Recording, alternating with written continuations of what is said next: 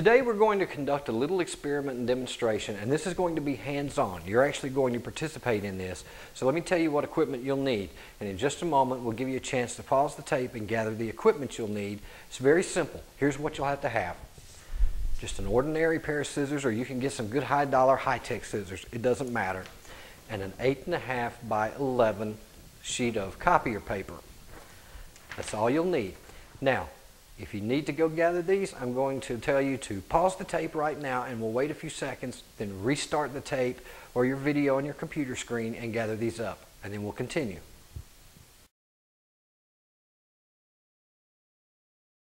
Now here's what we're going to role play today. You're going to be the employee. I'm going to be your supervisor, your manager, your team leader, or your trainer, or your mentor, whatever superior position you want to imagine me being in. Now, what we're going to do is we're going to test your ability to follow simple instructions. Now there's a couple of ways we can do this. We can do this me, you, one-on-one, or 2 or 3 people in the room. But if you're by yourself, all you'll need to do is bear in mind that I am going to make sure that you can't cheat. You're not going to see this. I'm just going to give you simple instructions and see how well you can follow them. If there's several people in the room doing this at the same time, what I'm going to ask is that while you're doing this, listen to the instructions very careful. They're going to be very simple. Just follow the directions and do as I tell you, and you should be fine. But you will have to close your eyes from the time I tell you to close your eyes, and do not open your eyes. Keep your eyes closed. Now, let's start the experiment. If you're all in the room together doing this, close your eyes. Well, make sure you've got your paper and your scissors in front of you where you can find them without having to look. Close your eyes and follow my instructions. Those of you doing this at the computer, you can close your eyes, but I'm going to make sure you can't see the paper. All eyes closed. I want you to take your piece of paper and hold it. I want you to fold the piece of paper in half. Very carefully, very neatly, fold the piece of paper in half. Now, I want you to take your scissors and I want you to cut the upper right-hand corner off of your piece of paper. Cut the upper right-hand corner off of your piece of paper. When you have completed that step, I want you to fold the paper in half once again. Very neatly, folding it in half. Turn the paper halfway around and cut the upper right-hand corner off the piece of paper. Once you finish that, I want you to fold the paper in half again. Then I want you to fold it in half once more. Once again, take your scissors, cut the upper right-hand corner off of your piece of paper. Turn it 1/4 turn and cut that corner off the piece of paper. Now, if you unfold your piece of paper, it should look like this. Does your piece of paper match this? Your piece of paper does not match this? Can you not follow simple instructions? Do you have Dane Bramage? What I am forced to do now is to give you a bad evaluation on your ability to follow instructions, to produce the right results, and to listen to management.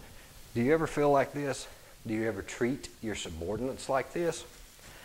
Let's talk about a couple of the reasons your piece of paper did not come out like mine. One is the instructions that I gave you, of course, were ambiguous. If I told you to turn it half, well, to fold it in half, for example, and then to turn it half a turn, did I mean this way? Did I mean this way? You didn't get a chance to ask me to clarify instructions. So my ambiguous instructions caused you not to be able to follow what I thought were simple instructions. And when I would tell you to cut an upper right-hand corner and then to turn it halfway, once again, I could have meant this way, or I could have meant to turn it this way. So I can't expect you to get the same results, and I cannot hold you accountable for the instructions that I just gave you, and I certainly can't hold you accountable for your piece of paper not looking like this. It all has to do with being able to ask questions. Feedback in two directions. If I give you an instruction and it's not real clear, then I would hope that you would ask me to clarify it before you just step out on your own and hit some failure point that's more my fault than yours. Because if anybody should be getting a bad evaluation at this point, I should be getting a bad evaluation. Unfortunately, most companies are scared to death of 360-degree feedback, so I don't know that I have a problem with this. The other issue involved in this is visual cues versus audible cues. Visual information is very important to human beings. It's important to the members of your team. It's important to everyone. And I'm going to demonstrate now exactly how important it is, and we're going to also make another point. Simple experiment. I want you to follow my instructions carefully. Do just what I tell you to do. Hold your index finger up in the air, please. I want you to touch it to the tip of your nose and hold it there until I tell you to move it. Point it back up in the air. I want you to touch it to your forehead. Hold it there. Don't move it till I tell you to. Point it back up in the air.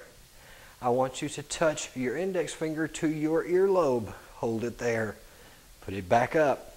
I want you to touch your index finger to your chin. Hold it there. If you're like about 95% of the people that do this experiment, your finger is not on your chin where I told you to put it. Where is it? It's on your cheek. So which actually carried more impact in your mind? When I told you to touch it to your chin, or when you saw me touch it to my cheek? This is important. This is important for you leaders. This is important for your managers. This is important for your CEOs, your trainers. Folks, when you tell your employees that you stand for something, when you tell them you want to do things a certain way, when you tell them that you feel this way, but then you go over here and they see you doing something else, which one do you think is going to carry more weight in their minds? They're going to follow what they see. And it's a subconscious thing. But the point being, try to make your actions match your words.